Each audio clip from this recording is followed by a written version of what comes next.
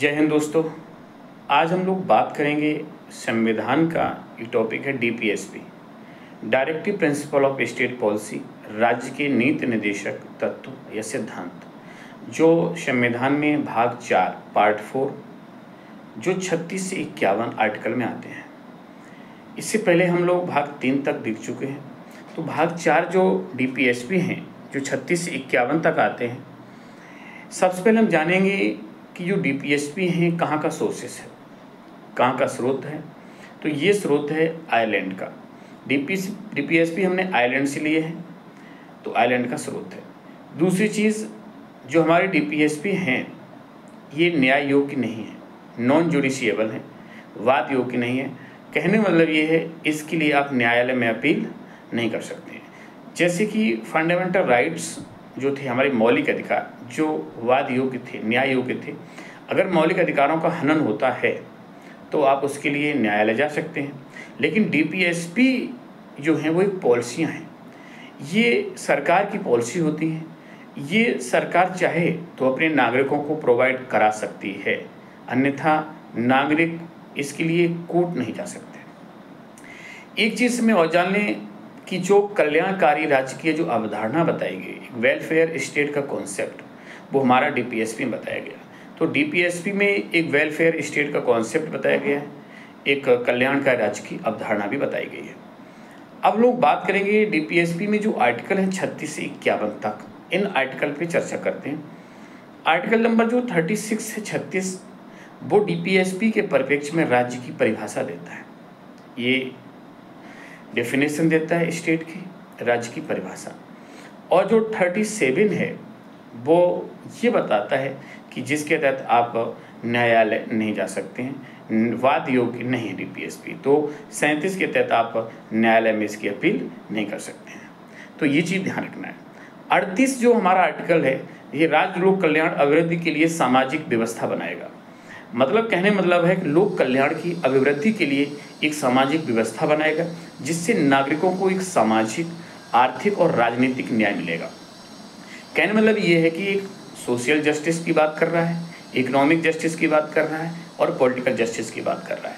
कहने मतलब ये है कि नागरिकों को एक सामाजिक, आर्थिक और राजनीतिक न्याय मिलेगा और उसके आय, प्रतिष्ठा और सुविधाओं में अवसरों की असमानता को समाप्त करेगा। तो ये आर्टिकल नंबर 38 बताएं। आर्टिकल जो 39 है, इसमें कई सारे क्लॉज हैं। तो 39(1) जो कहता है कि समान न्याय और निःशुल्क विधिक सहायता। एक तो समान न्याय की बात करता है, निःशुल्क विधिक सहायता की बात करता है और समान कार्य के लिए समान वेतन, इक्वल वर्क इक्वल सैलरी की बात करता है। तो समान कार्य के लिए समान वेतन, समान न्याय और निःशुल्क विधिक सहायता, ये 39(1) कहता है। 39(1). 39 जो 2 है वो सामूहिक हित के लिए समुदाय के भौतिक संसाधनों का सम वितरण की बात करता है, कि जो सामाजिक हित के लिए समुदाय के जो भौतिक संसाधन हैं वो सभी के लिए समान रूप से वितरण किए जाएं। एक चीज़ बताएं, ये डीपीएसपी हैं, ये व्यक्ति जबरदस्ती नहीं ले सकता, ये सरकार की पॉलिसियां हैं। अगर सरकार चाहे तो ये हमारे देश के नागरिकों के लिए, अपने राज्य के नागरिकों के लिए समान रूप से वितरण कर सकते हैं। डिपेंड ये गवर्नमेंट पे करेगा। 39 जो 3rd है, 39 का 3 कहता है धन का समान वितरण। मतलब जो मनी है वो सबको समान रूप से वितरित कर दिया जाए। तो धन का समान वितरण की बात भी ये करता है। इसके बाद अगर हम बात करें तो 39 का जो 4 कहता है पुरुषों और स्त्रियों को समान कार्य के लिए समान वेतन। स्त्री और पुरुष दोनों के लिए ये समान कार्य के लिए समान वेतन की बात करता है 39 का 4th क्लॉज।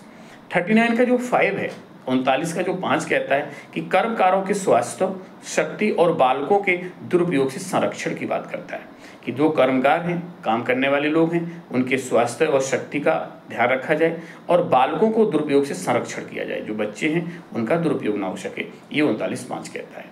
39 का जो 6 पार्ट है, 39 का 6 कहता है कि बालकों को भी स्वास्थ्य विकास के अवसर देना, जो बच्चे हैं उनके भी स्वास्थ्य विकास के लिए अवसर प्रदान करना।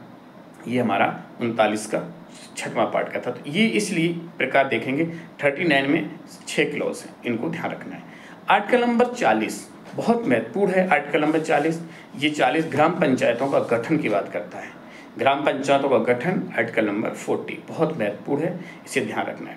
जो 41 है आर्टिकल 41 कहता है कि जैसे जो काम पाने में, शिक्षा पाने में या बेकारी बुढ़ापे में जो निःशक्तता की दशा में सरकार जो है इनकी सहायता कर सकती है, सहायता पाने के अधिकार को संरक्षित कर सकती है कि जो काम करने में अशक्त हैं, बीमार हैं, बुढ़ापे की स्थिति में है, तो उन्हें या शिक्षा पाना है, काम पाना है, उसमें ये संरक्षित कर सकती है सरकार। जैसे मनरेगा, जो मनरेगा जो प्रोजेक्ट है, महात्मा गांधी राष्ट्रीय रोजगार गारंटी एक्ट है, जो 100 दिन की रोजगार की गारंटी देता है। तो इस प्रकार की जो योजनाएं हैं, या इंदिरा गांधी राष्ट्रीय वृद्धावस्था पेंशन योजना है, तो जो सरकार पेंशन देती है वृद्धों को, महिलाओं को, ठीक है, विडो महिलाओं को या बच्चों को के लिए जो भी हेल्प कर सकती है वो 41 के तहत कर सकती है। आर्टिकल नंबर जो 42 कहता है जो काम की न्याय संगत और मानवोचित दशाओं का तथा प्रसूति सहायता का उपबंध करती है। तो जो महिलाओं के प्रसूति की सहायता का प्रबंध करती है और काम में न्याय संगत और मानवोचित दशाओं का संरक्षण करती है, ये 42। इसका 43 है सभी कर्मकारों के लिए निर्भर मजदूरी। सभी कर्मकार जो होते हैं, काम करने वाले जो लोग होते हैं, निर्भर मजदूरी की बात करता है तथा उनके जीवन स्तर और सामाजिक और सांस्कृतिक अवसर प्रदान करने की बात करती है। तो कहने का मतलब ये है कि जो हमारी 43 है कि जो सामाजिक रूप से सबको इस तरह की जो बात करती है, जो सामाजिक स्तर कमज़ोर है उनका स्तर ऊपर बढ़ सके, इसकी बात करती है। आर्टिकल नंबर जैसे जो हमारा 44 है, आर्टिकल नंबर जो 44 है बहुत महत्वपूर्ण है। ये 44 समान नागरिक संहिता की बात करता है, सभी नागरिकों के लिए समान सिविल संहिता, यूनिफॉर्म सिविल कोड। इसमें हम बात करें कि जो 44 है ये हमारे भारत में एकमात्र ऐसा राज्य गोवा जहाँ पर ये लागू है पहले से। लेकिन हाल ही में देखा जाए तो हमारे स्वतंत्र भारत का एक राज्य ऐसा हुआ है उत्तराखंड, जिसने इसकी विधानसभा ने इसको पास कर दिया है। तो स्वतंत्र भारत का एक पहला ऐसा राज्य होगा जहाँ पर यूसीसी लागू होगा, वो उत्तराखंड होगा। तो समान नागरिक संहिता, समान, ये ध्यान रखना है, यूसीसी समान सिविल संहिता। 45 जो है वो शिक्षा की बात करता है। वैसे आपको बता दें कि जो आर्टिकल 45 था जिसमें 6 से 14 वर्ष तक के बच्चों को शिक्षा का अधिकार दिया गया था, लेकिन 86वां संविधान संशोधन हुआ और उसके तहत आर्टिकल जो 45 है उसमें से 6 से 14 वर्ष तक के बच्चों को शिक्षा का अधिकार हटा दिया गया और इसमें अब बच गए 0 से 6 वर्ष तक के। तो 0 से 6 वर्ष तक के बच्चों को निःशुल्क और अनिवार्य शिक्षा की बात ये बताई गई है, जो आर्टिकल 45। आर्टिकल नंबर जो 46 है 46, जो हमारा SC ST जो अनुसूचित जाति और अनुसूचित जनजाति और समान रूप से जो कमज़ोर वर्ग हैं, समाज में जो कमज़ोर वर्ग हैं उनके शैक्षिक और आर्थिक हितों को प्रोत्साहन और सामाजिक अन्याय और शोषण से सुरक्षा देता है। तो आज जो हमारे समाज में SC ST OBC वर्ग हैं उनके हितों का संरक्षण जो 46 में किया जाता है।